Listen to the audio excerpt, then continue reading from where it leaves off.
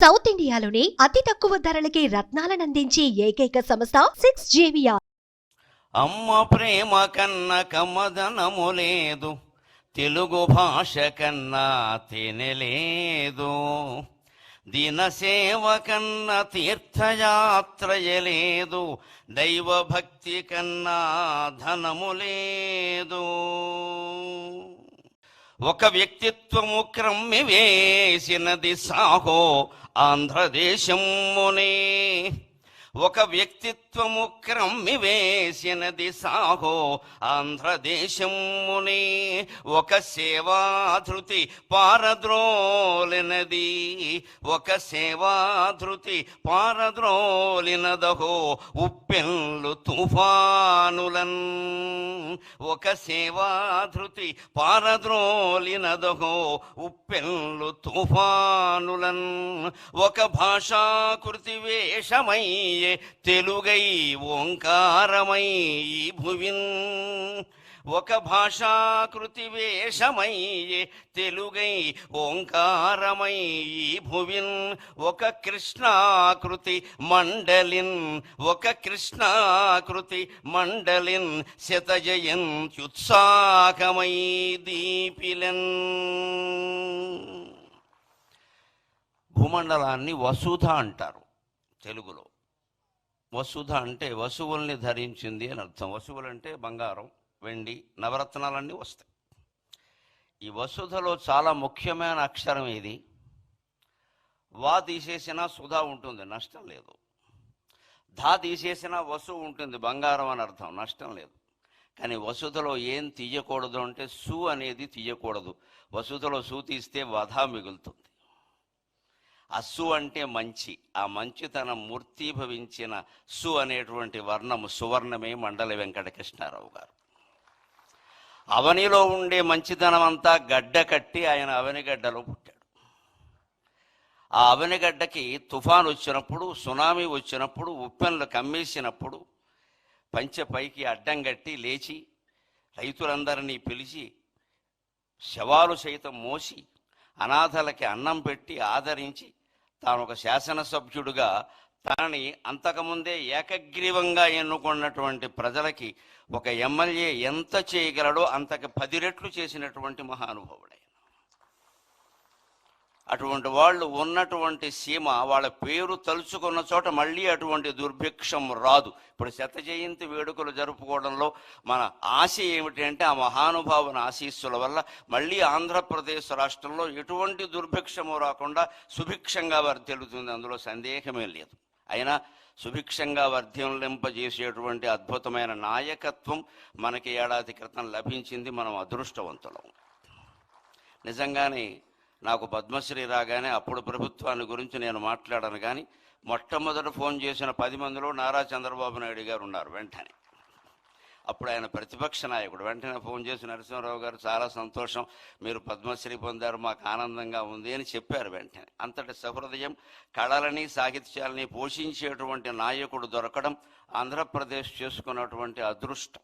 ఇంకొక మాట, కృష్ణారావు గారు లాంటి వ్యక్తులు కేవలం ఆశయాలని ఆరాధించలేదు, ఆచరించారు.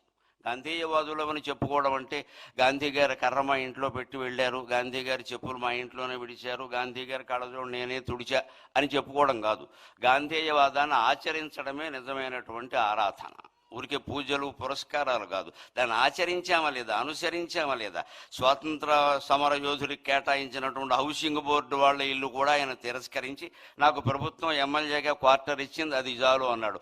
అంతటి త్యాగమూర్తులు మళ్ళీ 175 మంది అవతరించాలని ఈ బడుగు బ్రాహ్మడి ఉద్దేశం, అంతకంటే ఏం లేదు. ఇక్కడ 175 మంది అదే ఉద్దేశంతో ఉండాలి. అన్నీ తీసి పారేస్తాం, మనకేం ఒక్కలా ప్రజలకు సేవ చేయడమే గొప్ప విషయం. ఉన్నాస్తులు కరిగించుకున్నటువంటి నాయకత్వం మండలి వెంకటకృష్ణారావు గారిది. ఇది ఎక్కడి నుంచి వచ్చింది అంటే మన సంస్కృతి అటువంటిది. న కర్మణ న ధనేన అంటారు, న కర్మణ న ప్రజయా న ధనేన త్యాగేనైకే అమృతత్వమానసు. నీవు చేసిన యజ్ఞయాగాది కర్మల వల్ల కానీ ఏ కార్యక్రమాల వల్ల కానీ నీకు అమృతానందం కలుగుతుందో లేదో చెప్పలేం. నీ సంతానం వల్ల కూడా నీకు అమృతానందం కలుగుతుందో లేదో చెప్పలేము. సంతానం అంటే ఇవాళ ముందు సంతానం, తర్వాత సంతాపం, అనుమానం ఏం లే. ఫాలోడ్ బై డిన్నర్ అంటూ ఉంటారే, సంతానం ఫాలోడ్ బై సంతాపం. అంతకంటే లేనివాళ్ళు లేరని ఏడుస్తారు, ఉన్నవాళ్ళు ఉన్నారని ఏడుస్తున్నారు, అంతకంటే ఏం లేదు. ఈ సంతానం వల్ల నీకు అమృతానందం కలగదు. ఎన్ని 100 కోట్లు సంపాదించినా నీకు అమృతానందం కలగదు. త్యాగం చేస్తేనే అమృతానందం కలుగుతుంది. అది కృష్ణారావు గారి జీవితం. ఇట్టి ఈ క్రమశిక్షణకి ఎన్ని ఏండ్లు, ఇట్టి త్యాగానుభూతికి ఎన్ని ఏండ్లు, త్యాగమున అమృతత్వమునందుమనడి వేలేండ్ల సంస్కృతి ప్రాణమీవు, త్యాగమున అమృతత్వమునందుమనడి వేలేండ్ల సంస్కృతి ప్రాణమీవు. ఆయన భాషాభిమాని, కేవలం అభిమాని కాదు, ఆయన తప్పులు దిద్దేవాడు. ఓ మాస్టర్ అబ్బాయి కదా, గురువు గారు అబ్బాయి కదా, బుద్ధి చెప్పేవాడు, బుద్ధి తేనేమయ్యా అన్నాడు వేమన్న గారు. అందుకని ఆయన తప్పులు దిద్దేవాడు. టీచర్స్ డేని తెలుగులో గురువు గారి దినం అంటుంటే ఆ మాట ఏమిట్రా అన్నట్టు ఆయన. ఎందుకంటే దినం అనే మాట తెలుగులో ఎక్కడ వాడతారో అందరికీ తెలుసు. అందుకని ఎన్టీ రామారావు కూడా శ్రీకృష్ణ విజయంలో గొప్ప డైలాగ్ పెట్టించాడు ఆయన కావాలని. ఆ దినమునకు మీరు రావాలను అంటే వెనగానే రామారావు గారు కృష్ణుడి వేషంలో ఉండి తద్దినంబునకే రాగలము అంటాడు. అంటే నీకు దద్దినం పెడతానని అర్థం. అది అందులో విలన వేషం వేసిన రాక్షసుడికి తద్దినం పెడతానని, తద్దినంబునకే రాగలనని రాయవయ్యా, 2 అర్థాలు వస్తాయన్నాడు. భాషాభిమాని, భాషా పండితుడు కదా రామారావు గారు అంటే.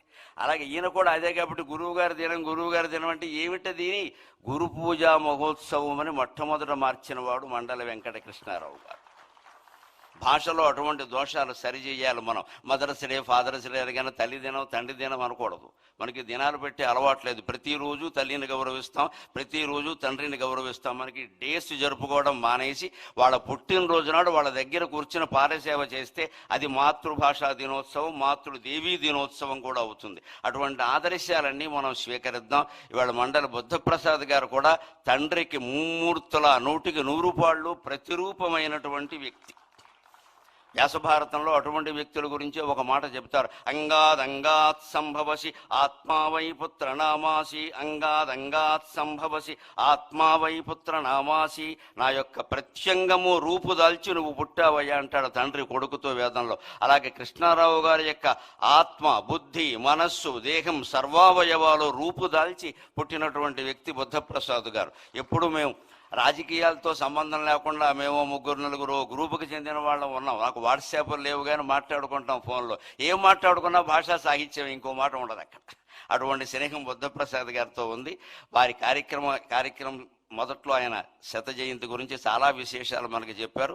మళ్ళీ మండలి వెంకటకృష్ణారావు గారు లాంటి నాయకులు 175 నియోజకవర్గాలలోనూ ఆవిర్భవించాలి. ఆంధ్రప్రదేశ్ భారతదేశంలో కాదు ప్రపంచంలోనే ఆదర్శమైనటువంటి రాష్ట్రంగా ఉండాలి అని కోరుకుంటూ నేను సెలవు తీసుకుంటున్నాను.